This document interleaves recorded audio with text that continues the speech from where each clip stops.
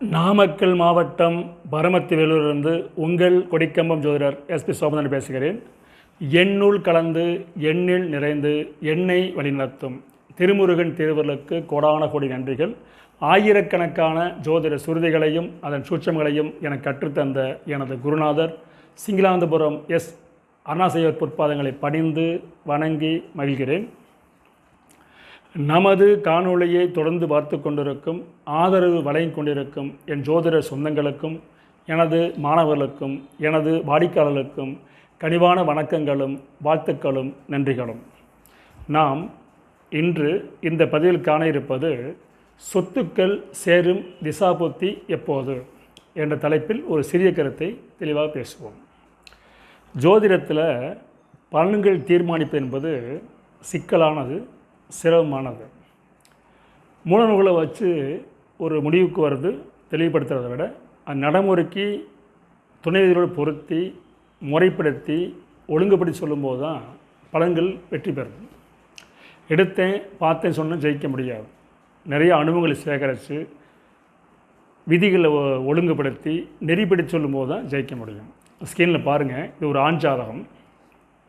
16/1/1993 பிறந்தவர். 16/1/1993 10:50 PM சாயங்காலம். இது ஒரு ஆண் ஜாதகம். இது இவருக்கு 94 ஜாதகம் எழுதி கொடுத்தார். என்கிட்ட பார்க்குறவங்க தான் 94 ஜாதகம் இந்த ஜாதகனுக்கு எழுதி கொடுத்துருக்க ஜாதகம் எழுதி கொடுத்துருக்குறோம். இன்றைக்கு ஒரு என்கிட்ட வந்துக்கிட்டு இருக்காங்க. கிட்டத்தட்ட 30-33 வருஷம் வந்துக்கிட்டு இருக்காங்க. இந்த பையனோட கல்வி, உத்தியோகம், திருமணம், சொத்துக்கள், குழந்தை அனைத்து சொல்லியிருக்கிறோம். அது தொடர்ந்து நடந்துக்கிட்டு இருக்கு. பார்த்தீங்களா, ஸ்க்ரீனில் பாருங்கள். கன்னி லக்கணம், லக்கணத்தில் குரு பகவான், லக்கணத்துக்கு இடையில் சந்திரன், லக்கணத்துக்கு மூணில் அதாவது விருச்சிகத்தில் ராகு, தனுசில் புதன், மகரத்தில் சூரியன் சனி பகவான், கும்பத்தில் சுக்கிரன், ரிஷபத்தில் கேது, மிதுனத்தில் செவ்வாய். இது ராசி நிலை. இவர் பிறந்தது கரூர் மாவட்டம். நவாம்சம் எடுத்துக்கிட்டிங்களா, மேச லக்கணம், லக்கணத்திலே செவ்வாய் சந்திரன், கடகத்தில் குரு உச்சம், சிம்மத்தில் சனி கேது பகவான், தனுசில் புதன் வர்க்கோத்தமம், மகரத்தில் சூரியன் வர்க்கோத்தமம், கும்பத்தில் ராகு, மீனத்தில் சுக்கிர உச்சம். இவருக்கு குருதிசை பார்த்தீங்கன்னா 13 வருஷம் 1 மாதம் 20 நாள் இருக்க போந்திருக்காரு. சனி திசை 19 வருஷம் முடிஞ்சிடுச்சு. இப்போ போந்தசை நடந்துகிட்ருக்கு. இவருக்கு பார்த்தீங்களா, இவருடைய ஜாதகத்தில் ஒரு அற்புதமான பாடல், நவீன ஜோதிட சித்தாந்த பாட்டு இருக்கு, எடுத்து பாருங்கள்.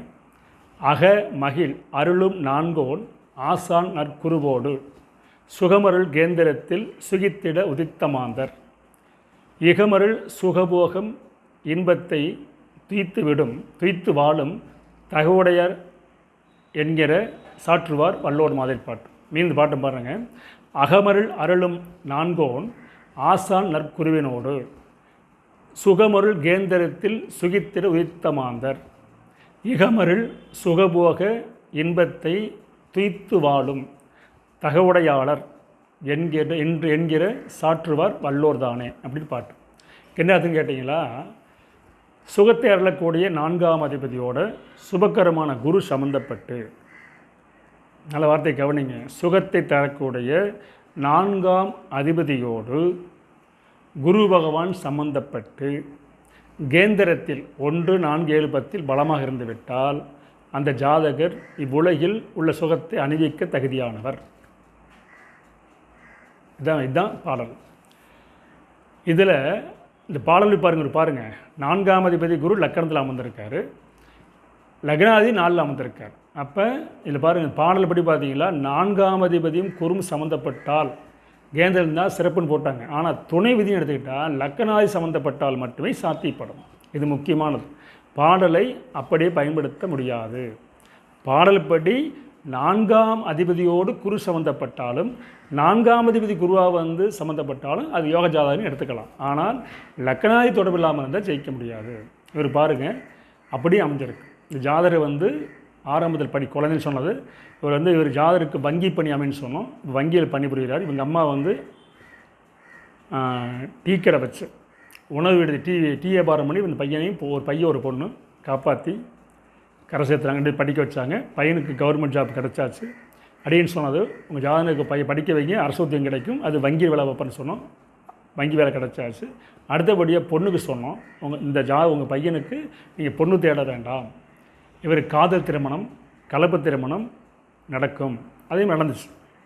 அதே மாதிரி வேலை பார்க்கும் இடத்தில் இவருக்கு சமமான படிச்சு இவருக்கு ஏற்ற வேலை பார்க்குற பொண்ணு அப்படின்னு சொன்னோம். இவர் வங்கி மேனேஜர், அந்த பொண்ணு மேனேஜர், வங்கி மேலாளராக இருக்காங்க 2 பேருமே. அடுத்தபடியாக சொன்னது முக்கியமாக சனி திசையில் கல்யாணம் உங்கள் அம்மா இருந்தாங்க. சனி திசையில் ராகு புத்தி நடக்கும்போது இந்த ஜாதகம் தாய்க்கு மாரகம்னு சொன்னோம். அந்த அம்மா பார்த்துட்டு என்னுடைய அலுவலகத்தில் கண்ணி விட்டு அழுதுட்டு போனாங்க. என்ன சொன்னாங்கன்னா, ஐயா சின்ன வயசுல பார்த்துருக்குறோம், நீ அடுத்த நான் வரமாட்டேன் அப்படின்னு சொல்லிட்டு போனாங்க. அதெல்லாம் மனசே ரொம்ப அவங்க இன்னும் அந்த மனசில் இருக்கிறாங்க. எதுக்கு சொல்கிறேன்னா, அவங்களுக்கு ஒரு நோய் சொன்னோம், கேன்சர் வரும்னு சொன்னோம். கேன்சர் வந்துச்சு, வைத்தியம் பார்த்துச்சு. ஆனால் தொடர்ந்து வந்துக்கிட்டு இருந்தாங்க. ஆனால் இருந்தாலும் கடைசி வரும்போது அது மாதிரி இனிமேல் அடுத்தவங்க வரமாட்டேன்னு முருகனை வணங்கிட்டு அழுதுட்டு போனாங்க. அதே மாதிரி அடுத்த முறை அவங்க வரல, இறந்துட்டாங்க. ஆனால் அந்த பையன் சொன்னோம், தம்பி கவலைப்படாத, உங்கள் அம்மாவுடைய ரூபத்தில் உனக்கு முதல்ல பெண் தான் பிறக்கும், முதல்ல பெண் குழந்தை தான் பிறக்கும்.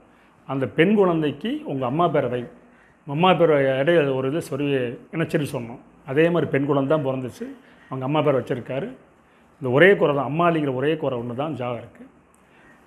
இப்போ புதன் திசை வந்தோடனே 3 கரை மனம் சொன்னோம். ஒரு தோட்டம் முடிச்சிருக்காங்க, காளிமனை முடிச்சிருக்காங்க, கார் வாங்கியிருக்காங்க. எதுக்கு சொன்னால், ஜாதகம் திசை அற்புதமாக ஜாதகனுக்குரிய அனைத்தும் நடந்துக்கிட்டு இருக்கு. சரி, இப்போ பாடல் சொல்லிட்டோம், சம்பவம் சொல்லியாச்சு. பாருங்கள், முதல் பாயிண்ட்டு, 4ஆம் அதிபதி பலம் பெற்று அவரோடு குரு சம்பந்தப்பட்டு லக்னாதியும் இணைந்து விட்டால் அந்த ஜாதர் சுகவான், அதாவது அவனுக்கு அனைத்தும் கிடைக்கும். இப்போ 4ஆம் இடம் என்ன, வீடு வாசல், அதாவது காரு, காளிமனை, வீடு அனைத்தும் கிடச்சிருக்குது. அடுத்து பார்த்தீங்களா, 3 லக்கணத்துக்கு 3, 6, 9, 10, 11 செவ்வாய் இருந்தால் அவருக்கு அரசு பண்ணி விடணும்னு அடிக்கடி என்னுடைய கொள்கையை கோட்பாடு அதுதான் அற்புதமான வச்சுருக்கிறோம். அதன்படி பார்த்தா 10 செவ்வாய் திக்பலம் பெற்றிருக்காரு, புதன் பார்த்துக்கிட்டு இருக்கார், 10ஆம் அதிபதி புதன் பார்த்துக்கிட்டு இருக்காருன்னு சொல்லி அரசில் கிடைக்கும் சொன்னால் அரசில் கிடச்சிருச்சு.